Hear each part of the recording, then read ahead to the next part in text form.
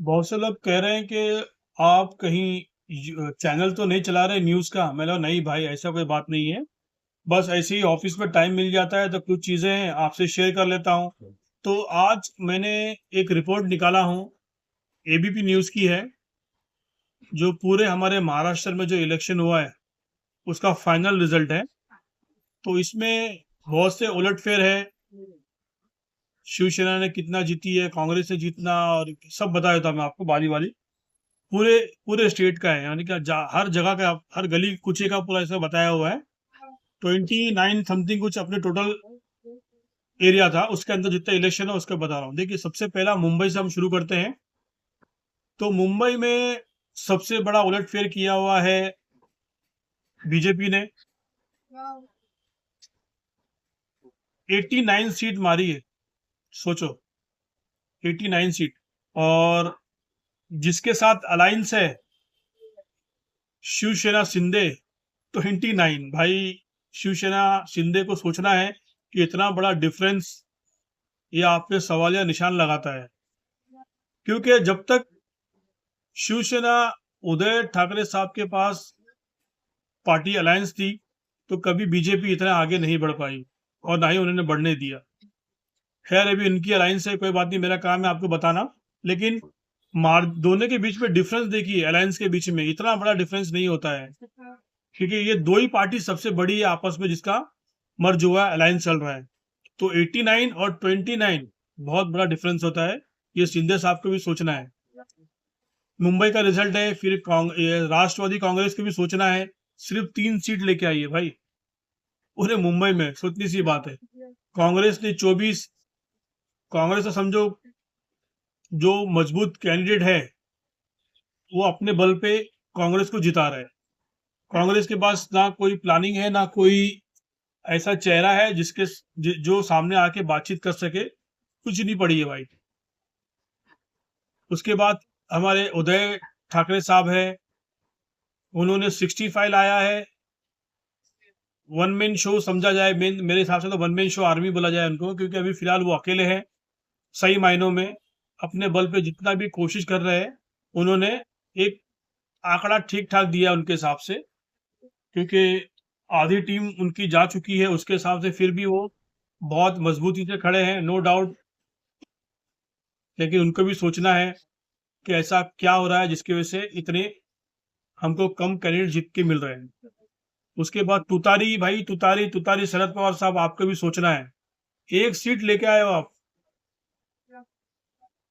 Engine 6 लेके आए, चलो ठीक है, क्योंकि भाई के साथ में लेट आए, लेकिन लास्ट तक खड़े रहना पड़ेगा आपको, तब जाके आप अच्छा कुछ डिसीजन ले सकते हो। ऐसा नहीं कि आज हो कल चले जाओ। तो अपने भाई के साथ रहो, और भाई को कहता हूँ कि अपने चाचा के भाई के साथ, चाचा के बेटे के साथ रहो, यानी कि हमारे मनसे के अध्यक्ष। दोनों मिलके रहो, अच्छा काम कर सकते हो, सभी को साथ में लेके चलना तो बहुत बेहतर होगा। अब आती है भाई एमआईएम। एमआईएम ने कमाल किया है। ये तो बात मानना पड़ेगी। 8 सीट लेके आए उन्होंने, अच्छी बात है भाई। डेमोक्रेसी तरीके से लेके आ रहे, बहुत अच्छी बात है। 8 सीट लेके आया पूरे महाराष्ट्र को, तो आपको पता है बहुत अच्छी सीट लेके आया उन्होंने। बस थोड़ी बात इनको भी ध्यान देनी है, जितना ओवर रिएक्ट ये सोशल मीडिया पे कर रहे हैं, तो ये बंद कर देना चाहिए, बिल्कुल बंद कर देना चाहिए। कितना ओवर रिएक्ट हो रहा है आपका, आप देख रहे हो। छोटे से लेके बड़े कार्यकर्ता, बड़ा लीडर, बहुत ओवर कर रहे हो भाई। संभाल लो अपने आप को, इस विक्ट्री को संभालना है आपको। अब संभालना कैसा है कि जिस तरीके से आप अपने आप को प्रेजेंट कर रहे हो ना, तो वो पार्टी एक टेम्पररी पार्टी मानी जाएंगी। फिर आपको सबको साथ में लेके चलना है। आपके साथ में आज सिर्फ 0% 1% हिंदू समाज है, 10% सिर्फ दलित समाज है। कुछ और माइनॉरिटी अगर आपको वोट दे दिया तो अच्छी बात है, लेकिन आपको बड़ा गोल अचीव करना है, तो आपको ये सब जो छोटी छोटी सोशल मीडिया पे डाले ना, ये मियाँ भाई, ये भाई भाई, ये नहीं चलेगा।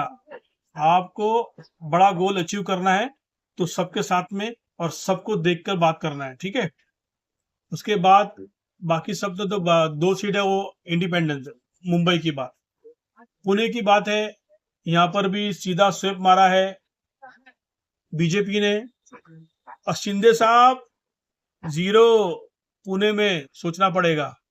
कांग्रेस 27, सॉरी राष्ट्रवादी ने ठीक इज्जत बचाई है, 27 है। कोई कॉल आ गया, हाँ। राष्ट्रवादी ने थोड़ी इज्जत बचाई है, 27 है पुणे में, कांग्रेस ने 15। मशाल 1 पुना पुना पुना, मशाल मतलब उदय बाला साहेब ठाकरे। सोचना है आपको भी, मंथन करना है। तुतारी शरद पवार साहब 3, मनसे 0। मनसे को पॉलिसी चेंज करना पड़ेगा भाई। और यहाँ पर जो है ना, ये देख रहे हो आप, क्या बोलते हैं इसको, 89 सीट मुंबई में, और बाकी जगह पर सबसे ज्यादा सीट जो आई है ना, उसका रिजल्ट मैं आपको बता देता हूँ, खासकर मुंबई को एग्जाम्पल रख के आगे बताता हूँ मैं आपको। मनसे 0, MIM 0, पूना में नहीं आए, पूना एक बड़ी सिटी है। उसके बाद नागपुर में क्लीन स्वीप बीजेपी, 35 कांग्रेस पकड़ ली, थोड़ा पकड़ी है वहां पर भी। फिर से शिंदे साहब 2 नागपुर में। अलायंस का मामला बता रहा हूं मैं आपको, अलायंस है आपका उनके साथ में, तो इतना डिफरेंस नहीं आना चाहिए, आपको सोचना है। नहीं कहीं ऐसा ना हो कि आने वाले 10 सालों के बाद फिर आपसे मोहब्बत करते हैं भाई मखाना वाले। एक आप अच्छे मुख्यमंत्री रह चुके हो, मुख्यमंत्री होने के, उप मुख्यमंत्री होने के बाद भी अच्छा काम कर रहे हो आप। भेदभाव को थोड़ा कम करो, रिजल्ट अच्छा आएगा। मैं भेदभाव में कम इसलिए बोल रहा हूं कि भाई एक बात मैं बता दो, बीजेपी भेदभाव नहीं करती है।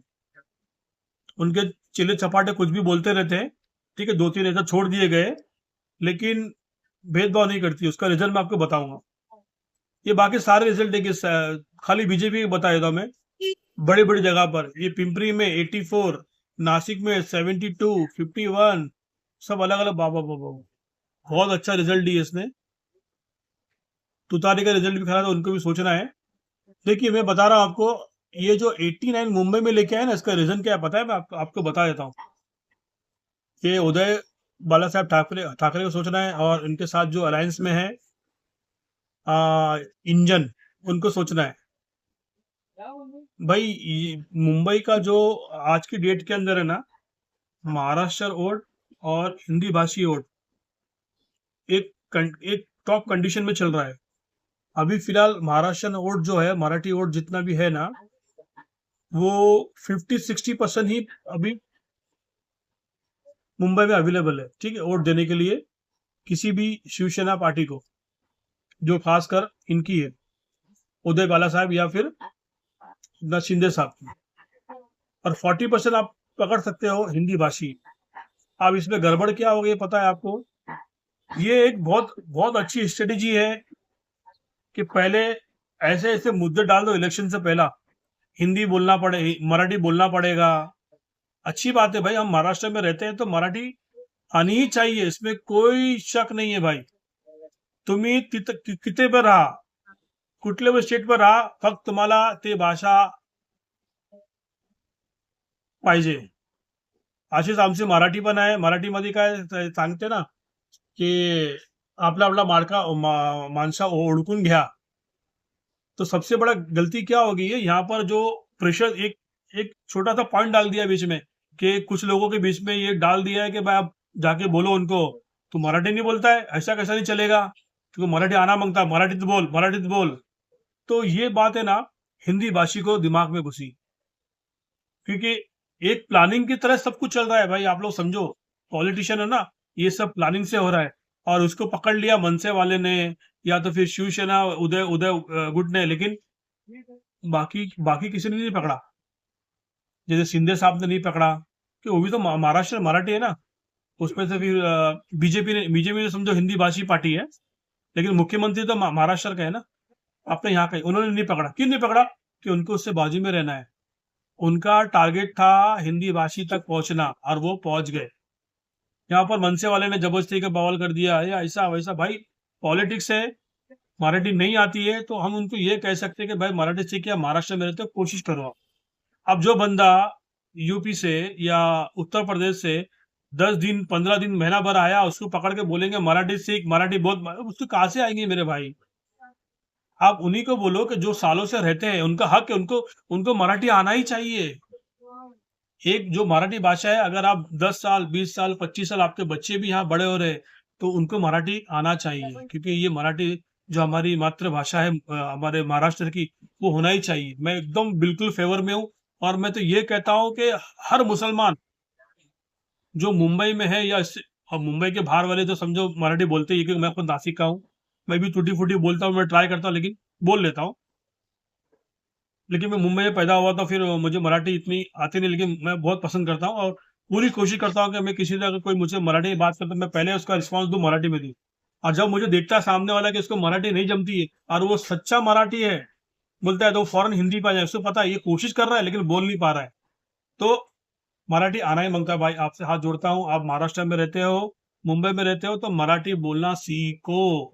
अगर आपको 10 साल हो गया, 20 साल हो गया, 25 साल हो गया, पीढ़ी की पीढ़ी आपकी यहाँ चले जा रही है, आपके बच्चे बड़े हो रहे हैं और वो भी मराठी नहीं बोल पाए, तो फिर दोष आपका है।